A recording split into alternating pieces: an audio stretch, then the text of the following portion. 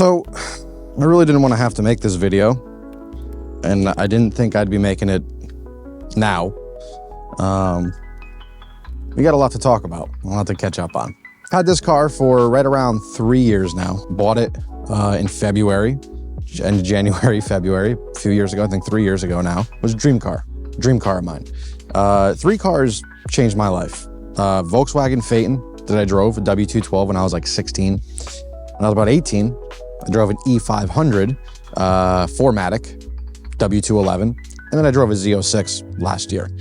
Those are the 3 cars that changed my life. And that E500 was something that made me seek after that feeling again and seek after that performance and that feeling, the driving experience, which is where I landed up on this guy right here. I picked this guy specifically for a couple of reasons. 1, because of the engine, funny enough, and 2, no air suspension. And it's been a great car to me. The chassis itself, these are great. If you're looking to get a W212, I highly, highly recommend it. Just get a different engine. So why are we sitting here right now, and why is there a tow hook on the front of my car? It has come to time and come to terms and come to pass, or whatever statement you want to use. It is time to move on.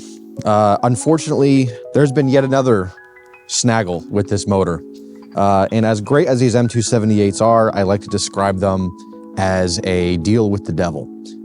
Because it's very hard, other than B58, it's very hard to get a car that you can get an email tune from and get 500 horsepower and 700 pound-foot of torque, and that sound and that baby AMG sort of attitude, while still retaining sort of the classic W212 looks. But I was seeking after this car ever since I found one of those E500s, and as I grew older, got into better jobs and things like that, I was able to finally afford one. And if you guys have seen my previous videos, and to be honest with you, there hasn't been as many videos as I had hoped on this car over the past year, mainly because I've just been struggling to keep it on the road. And it has nothing to do with the car itself other than the engine. And that's the hard part about this, is that the rest of the car is fantastic.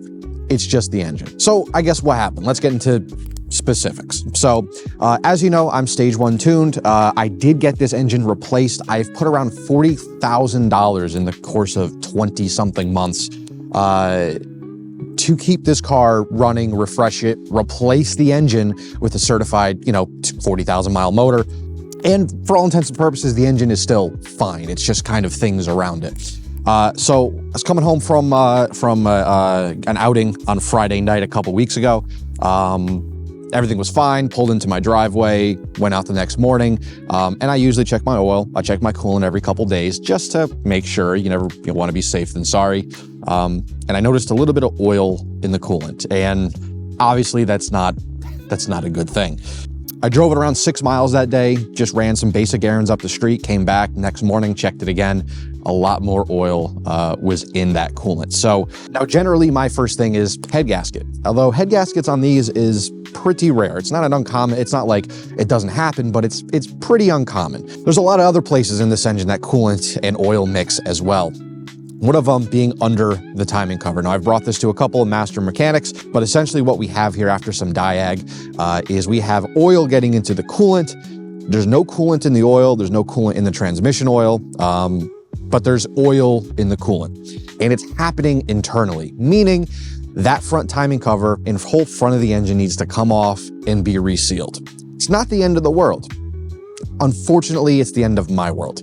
While I could throw another $4,000 into this car, $5,000 into this car, I really can't see myself doing that, unfortunately. To a lot of people, a car is a car. And to a lot of you guys, a car is more than a car. It's part of you. It's something you can communicate with and have conversations with without even speaking. And it feels like I kind of lost a friend. And I don't know if it's me, a slight tinge of autism. I don't know what it is. I personify my cars. I don't give them names, but I personify my cars and the energy that they give me. And I can't even tell you how many bad days, long days, sick days I've had.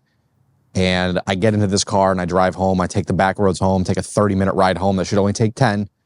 on all the best twisty, windy roads on my way home. And I get out of this car and I stare at it and smile.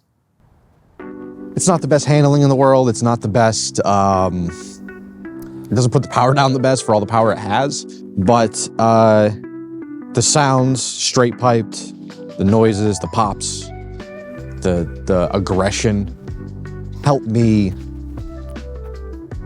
It was a conversation that we had. This is the first car I was able to rally with the community, modify it, throw some wheels on it, tune it, have some fun. And in a world of modern cars with all the performance and none of the soul, it sticks out. It is for sale. It does need around $3,000 or $4,000 worth of work. It's priced accordingly. So it'll go to the right person, someone who either does their own work or wants to start their ownership with a healthy motor, a tune, and a whole bunch of extra goodies. So I'm hoping that it finds the right home. I've gotten tons of offers already. I just need to kind of sort it out. And quite frankly, I don't think I'm mentally ready to give it away quite yet. So what's next? I see myself coming back to the W212 platform. I do have to figure out some things, so I'll be driving some random cars, odds and ends here and there, and I'll try to be making videos on them. I'd like to give them my opinion, my car enthusiast opinion on some of the most boring cars you could probably drive. I have a hard time considering anything outside of the German sphere just because I've driven most of those and I'm not very happy with them. So it's going to be an interesting couple of months, an interesting 2025, but it's the beginning of the year, so we're going to make the best of it. We'll see you with some fresh content. We'll see you with some interesting content on some vehicles, maybe on the car industry. I've been in the auto industry for almost a decade now, and I probably have some cool stuff to talk about. So I guess, tell me what you guys want to see. Like I said, I've been in the auto industry for almost a decade. I could probably make some content about that. I have a bunch of cool cars I have access to. I could probably make some videos on those. If there's anything specific you guys would like to see in that sphere, let me know. I'll see if I can pump that out for you. But otherwise, expect some entertaining content nonetheless. But I guess that's it. So just as we started, my first video was, I bought a twin turbo German sleeper. What have I done?